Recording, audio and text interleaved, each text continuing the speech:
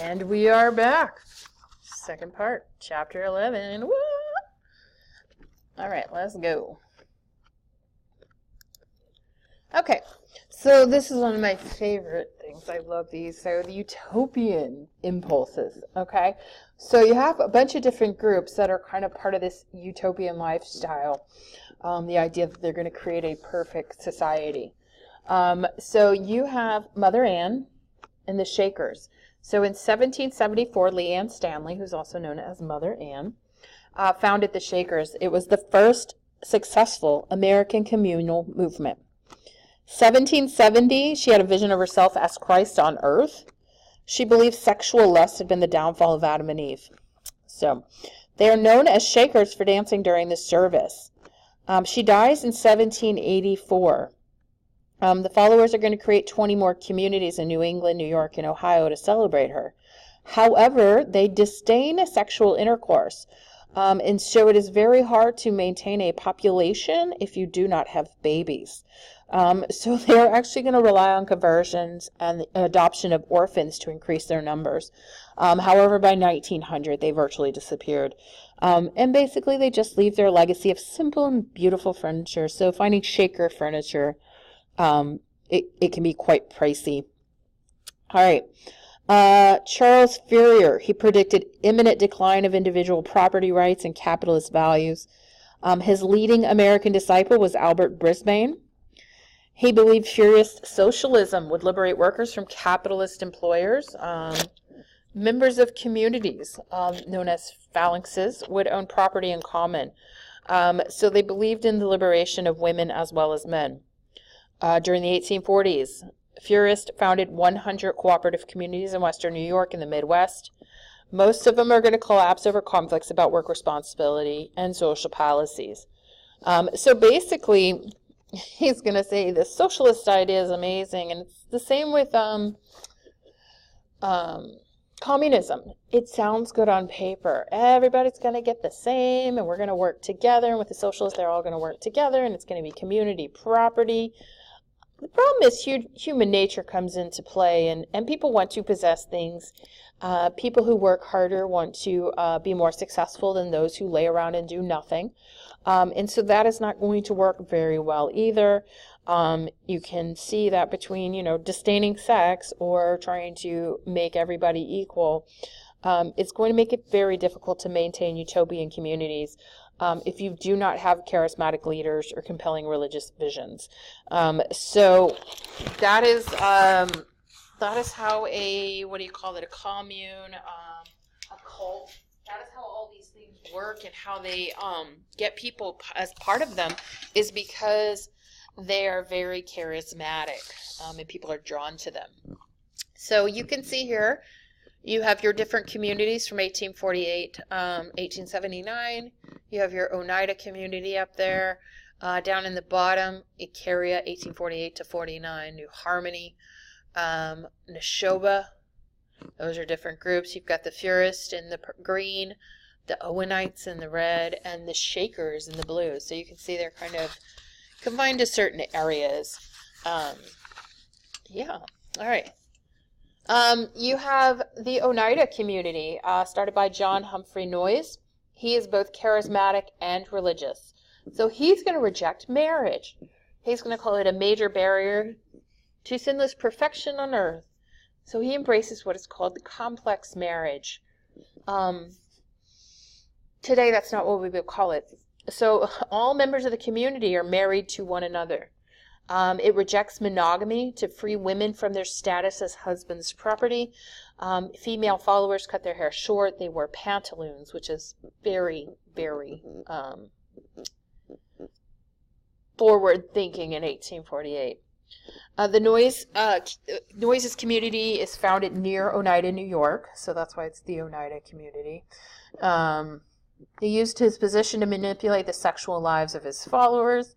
By the mid-1850s, the settlement had 200 residents, and they used profits from steel animal trap manufacturing to diversify into silverware production. The Oneida Company is still in business today. Noyes fled to Canada to avoid prosecution for adultery. community abandoned complex marriage but retains its cooperative spirit. So just think about it. Everybody in your neighborhood can do whatever they want with everybody else in the neighborhood. So think about how people are with that. So again, some of these ideas are just so extreme that it's very hard to get people to maintain those ideas once the leader is gone. And so once he's gone, the community stays, but that idea of complex marriage is going to go away. Okay, the Mormons. So Joseph Smith there, he is the one with the very long beard. He is raised in central New York. He lived from 1805 to 1844. He believed he had been chosen to receive a revelation. So he publishes the Book of Mormon in 1830, telling the story of an ancient civilization that migrated to the West and was visited by Jesus Christ after the resurrection, so after he was raised from the dead. He encouraged patriarchal authority, so men are in charge, frugality, hard work, a church-directed society, moral perfection. So it is going to be very difficult for him to find a home for his church where it would not face harassment. So these are very similar ideas to what the Puritans had when they were coming in, as far as hard work, the church being in charge, etc. He also so eventually they're going to settle in Illinois. He's going to argue that a revelation to him had justified polygamy. He's charged with treason in 1844, though, and when it was believed he was conspiring to build a community in Mexico, which he kind of was, but that was considered treasonous. So he is actually sent to jail, and he is there with his brother, and they are both murdered in jail. So yeah, that's gonna be a problem. But you're gonna have he's gonna have some disciples. So you have about 6,500 Mormons. That are going to flee the U.S. from Mexico after his death. So Mexico at this time actually is where Utah is today. So they're going to Utah. They eventually settle in the Great Salt Lake Valley. They created a planned agricultural community. They're going to name Brigham Young as governor of Utah when it becomes part of the United States in 1850. So it leads to a short Mormon war over the issue of polygamy and possible nullification. Those who accepted federal authority would not be prosecuted for polygamy. So that was kind of the compromise that came to. It was banned. Polygamy wasn't banned until 1896. So you had polygamous marriages in the Mormon church.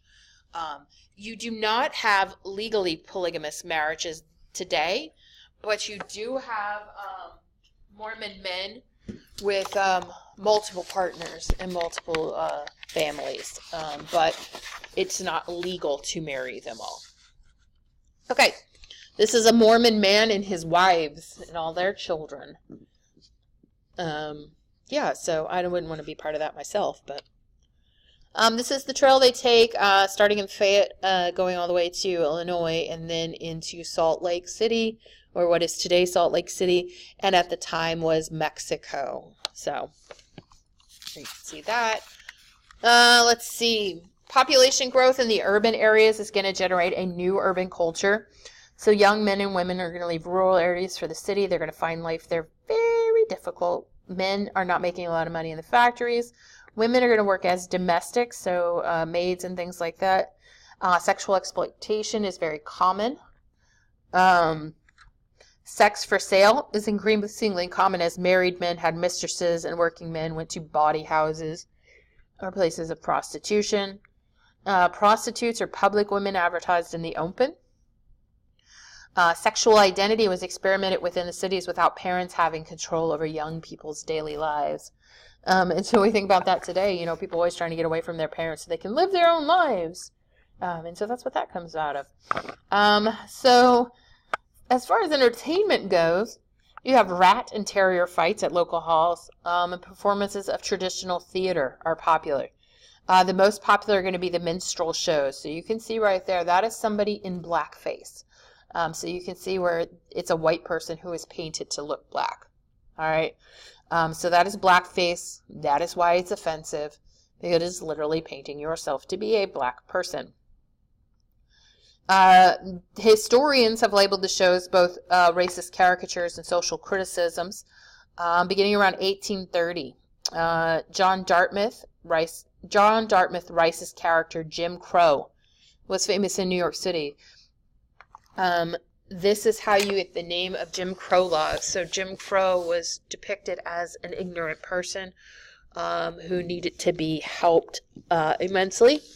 And so that is where you get the name for Jim Crow laws. Minstrels also stereotyped Irish immigrants, drinking of alcohol, and made fun of women's rights activists and elite white men. So the black people were not the only ones they made fun of. Huh. All right, immigrants want to be viewed as white. So the Irish are going to join American Catholic churches. They're going to become part of the Democratic Party. Excuse me, sorry. Nativists wanted to stop immigration. So gangs formed in New York City. Violence erupts between immigrant groups and native-born white Americans. I can't show it in class because it is extremely racy. But Gangs of New York City is a very good movie. So feel free to watch that. It'll give you a good depiction of what's going on with these Irish immigrants and the gangs and whatnot that are going on.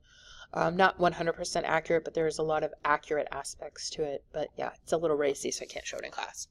Sorry. All right. This is nightlife in Philadelphia. So you have got African-American man at his oyster little cart there. People out on the town. The woman in the center is kind of talking with both the men. All of a sudden I got the yawns.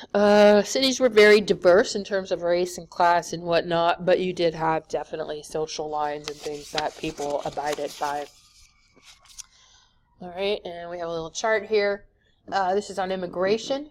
So you can see you're going to have a surge in immigration during the potato famine. You also have some German revolutions going on that will contribute to German immigration. It is going to drop drastically during the Civil War, mainly because we are keeping people out. And who wants to go to a war-torn country? That's not better than where you live. But it will spike up again after the Civil War and into the late 1800s with the Italians will start coming in then. All right, so that's the end of that chapter. Sounds like I got a fire truck in the background, so I hope nobody is hurt. Fingers crossed.